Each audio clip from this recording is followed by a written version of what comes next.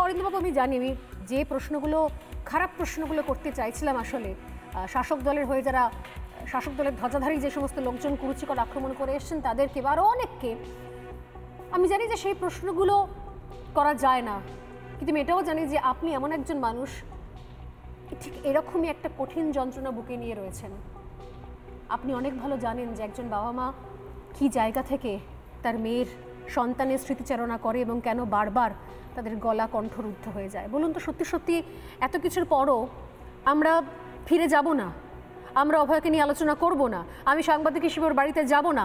মনে রাখানোর চেষ্টা করব না সমস্ত মানুষকে এবং সমস্ত রাজনীতিবিদদের যে দেখুন এটা এখন আমাদের ব্যর্থতা, আমাদের হেরে যাওয়া যে ওই মেয়েটি এখনো বিচার পায়নি, তার বাবা মা এখনো পর্যন্ত কাঁদতে কাঁদতে লড়াই করে যাচ্ছেন?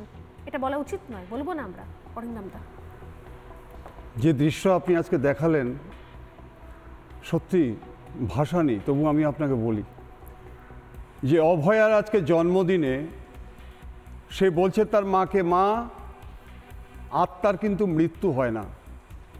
তুমি বিশ্বাস করো, আমি আকাশ থেকে বলছি যে যারা আজকে এ সমস্ত করেছে একটা সিন্ডিকেট, কলকাতা পুলিশ, সিবিআই যৌথ উদ্যোগে যা করেছে, এরা হচ্ছে কি বিশ্বাস করবেন, এরা হচ্ছে মিথ্যাচারী, এরা প্রতারক, কপট, এরা হৃদয়হীন, খুনি, পাষণ্ড। মা তুমি সব কিছু ছেড়ে আজকে শিয়ালদা কোর্টের 172 পৃষ্ঠা যা করেছে সেইটাকে নিয়ে তুমি লড়াই করো। হাজার হাজার লক্ষ লক্ষ মানুষ তোমার সাথে আছে।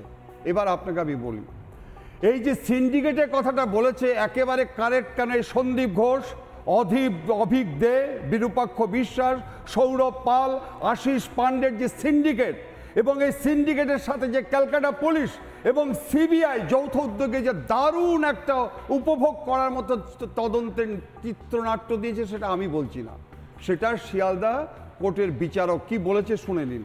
কারণ আমি এভাবে কথা বলাটা ঠিক আমার। বিচারক বলছেন যে একটা গুরুত্বপূর্ণ কেসে তদন্তের জন্য পরিকাঠামো এবং অভ্যাসগত কারণেই ন্যূনতম সাধারণ স্বাস্থ্যবিধিও মানা হয়নি। নির্যাতিতার ময়না তদন্ত, ফরেন্সিক নমুনা এবং সংগ্রহ ক্ষেত্রে আছে। এর উপর তো আর কিছু কথা লাগে? আপনি বলুন, আজকে এর উপরে কোনো কথা লাগে? যারা আজকে তদন্ত করেছে তাদের চাকরি থাকে। আজকে মা তার ডেড বডি চাচ্ছে, ডেড বডি পাচ্ছে না। অভয়া আজকে স্বর্গ থেকে বলছে, মা আমি আজকে হিন্দু হয়ে জন্মগ্রহণ করেছি বলে আজকে আমাকে ছিনিয়ে নিয়ে তোমার হাতে ডেড বডি না দিয়ে আজকে পুড়িয়ে দিল। আজকে সেই এমএলএ কাউন্সিলরকে আজকে থ্যাঙ্কস জানাচ্ছে, ওয়েল ডান, ওয়েল ডান।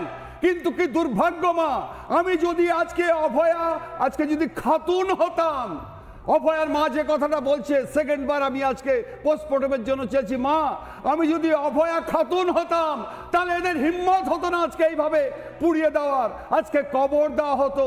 আজকে কিন্তু আজকে কবর দিলে আমাদের আজকে ডিজেন্টার করে সমস্ত তথ্যগুলো পাওয়া হতো। মা আমি হিন্দু হয়ে জন্মগ্রহণ করেছি বলে আজকে আমার পাশে হাজার হাজার লক্ষ লক্ষ মানুষ থাকলেও প্রশাসনের লাজ লজ্জা বলে কিছু নেই। আপনি জানেন ম্যাডাম, আপনাকে আমি বলি, আমি যেহেতু পুলিশে কাজ করি, হোয়াট ইজ দ্য ক্রোমোজোম। দেখুন আজকে অনেকে বলছে যে সঞ্জয়ের আজকে ফাঁসি চাই, অথচ যারা বলছে দেখুন প্রথম থেকে কিভাবে আজকে সমস্ত তথ্যগুলোকে সরিয়ে দেওয়ার জন্য আজকে কি চক্রান্ত করছে। এদিকে আবার বলছে যে আমি ফাঁসি চাই। কি দ্বিচারিতা দেখুন। আজকে জজ যেটা বলেছে, সিএফএসএল স্পষ্ট বলেছে যে কন্টামিনেটেড অর্থটা কি, যে কি বুদ্ধি করে কায়দা করে আজকে দূষিত, মিশ্রিত এবং কুলসিত সংক্রমণ করে দিয়েছে, যাতে সিএফএসএল পুরো ব্যাপারটা না জানতে পারে। হাইজিনটুকু মেনটেন করা হয়নি, এটা তো বারবার করে বলা হচ্ছে এবং সেটা ইচ্ছাকৃতভাবে। আমার এই জায়গা থেকে তো প্রশ্ন যে এত কিছু যারা ইচ্ছাকৃতভাবে করলো, তারপর সত্যি সত্যি তারা কোনো দায় নেবে না?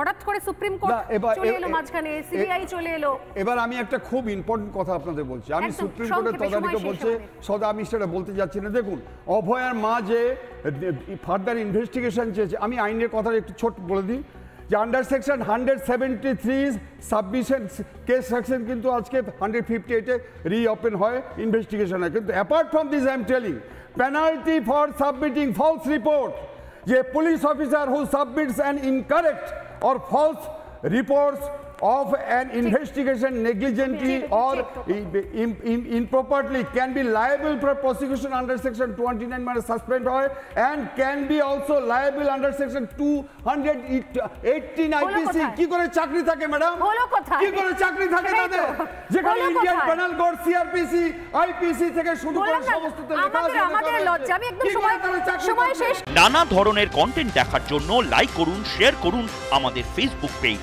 সাবস্ক্রাইব করুন আমাদের ইউটিউব চ্যানেল পাশাপাশি অন্যান্য ব্রেকিং নিউজের জন্য অবশ্যই চোখ রাখুন রিপাবলিক বাংলায়।